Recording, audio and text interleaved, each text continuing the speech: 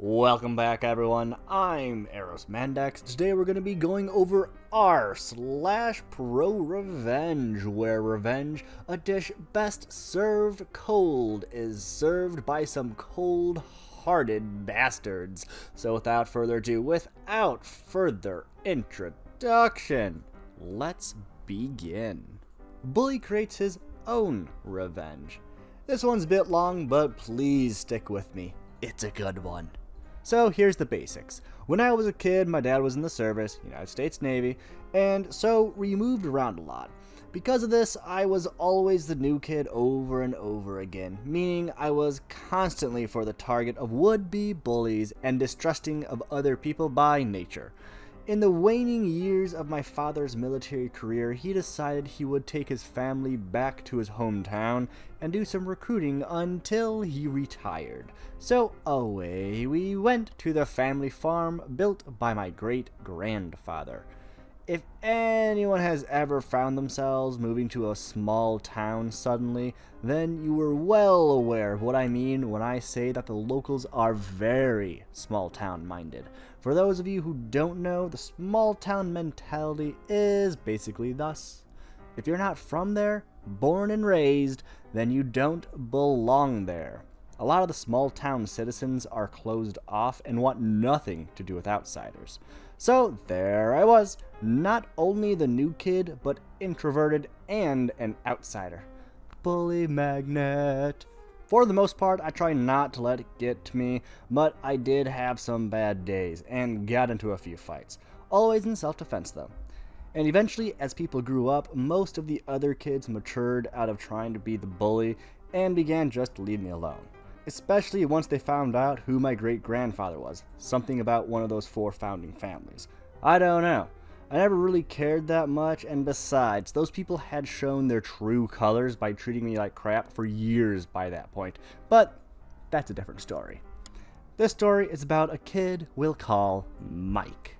You see, Mike was the only one who never seemed to grow out of trying to be a bully. He would daily track me down and tell me how worthless I was. That I was just some dumb farm boy who would never amount to anything and would always be a loser. He would walk up to me randomly and say things like, "I know you're gonna be the one who shoots up the school someday, and when it ends with your suicide, I'll be the one cheering." He had some issues. At one point, I arrived to school to find he had painted the combination on my locker with toothpaste. A lot of weird stuff like that. Anyways, we get into our senior year of high school, and I've long since been doing my best to ignore him. His not being able to get a reaction out of me seemed to really upset him, and even his friends started saying his seeming need to find me every day to simply be a jerk was bordering on the creepy and obsessive. And then, all of a sudden, the verbal abuse stopped one day, a couple of months from graduation. I assumed he had finally just given up, but that wasn't the case. A couple of weeks later, I walked to the end of our long driveway to catch the bus and found that our mailbox had been run over. I didn't think anything of it at the time, other than that it must have been some drunk. When I got home later that afternoon, I took some photos of the damage just in case and then fixed the mailbox. New wooden post buried into the ground. I finished my other chores and homework and relaxed the rest of the evening. The next morning, I go to catch the school bus and the mailbox has been run over again. I get home, photos, repair it, chores, homework, relax. It happened again the next day and again the day after that. This went on for about 2 weeks, only stopping on the weekend. My parents had reported the smashing of the mailbox, but there was no evidence as to who the culprit even was, so nothing was done about it. I finally had enough of digging out broken posts and replacing them, so the revenge. I get up early on Saturday and head to the end of the driveway. I dig a 2 by 2 foot wide hole, 6 feet straight down, and fill the hole with fresh cement, and in the center, I placed a 10-foot section of an old farmhouse original cast iron water pipe, sunk 6 feet into the concrete. I filled the rest of the 10-foot cast iron pipe with concrete as well, and mounted the mailbox on the top. Mind you, I looked into how far from the road the mailbox needed to be for safety reasons and attached ample amounts of reflectors. Monday morning comes around, and I notice the mailbox post has all sorts of scratches on it, but otherwise it's fine. I get to my final class of the day, creative writing, and am in the middle of a story outline for that week's project when a friend of Mike comes in. We'll call him Steve. Steve sees me and freaks out. "Do you have any idea what you did to Mike's car?" I replied, "I didn't do anything to Mike's car. I don't even know what it looks like." Steve: "Your little stunt in the mailbox totaled it. He had to get it towed into town at 5 a.m. this morning. Small town. Auto garage is definitely closed at 5 o'clock in the morning." Steve: "He's going to sue the fuck out of you." Okay, but are you aware that deliberately hitting and or damaging a mailbox is a federal offense, right? What are you talking about?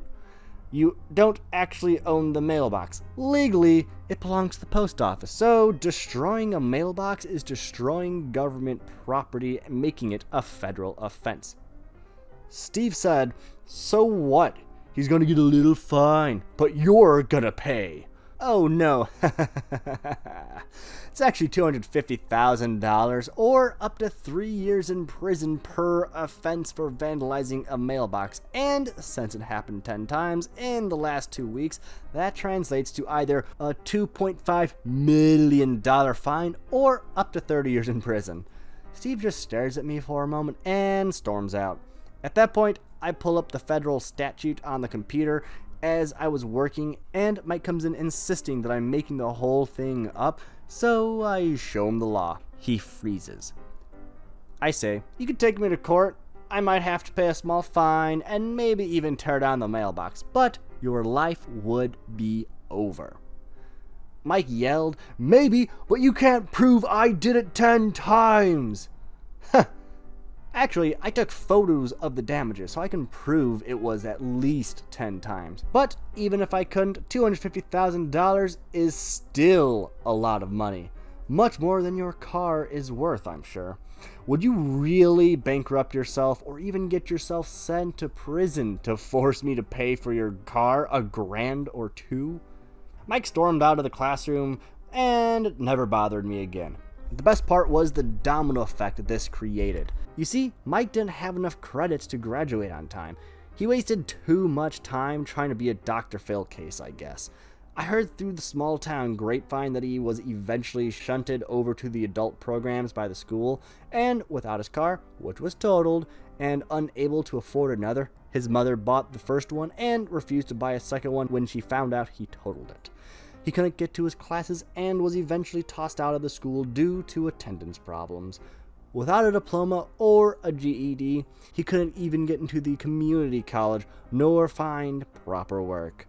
Not having access to gainful employment left him living with his mother in the trailer, living off her and the occasional odd job he gets. Meanwhile, I'm now married with a child living in beautiful subtropical Algarve in south of Portugal in Europe. Mike, if you're out there reading this, I only have one real question for you. Just how did that mailbox taste?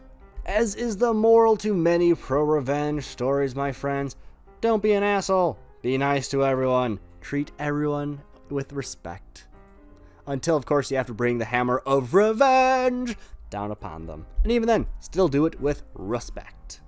And with that, I'm going to conclude today's video. I hope you guys enjoyed that riveting story of a person falling on their own sword. If you guys liked what you saw, click the like button, click the subscribe button, comment on down below.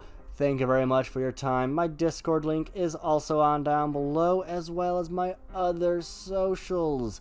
Thank you very much for your time. Thank you very much for your support. And as always, I hope you guys have a good day. I hope you guys have a great night. I hope you have a wonderful whatever it is you decide to have. And I hope to see y'all next time.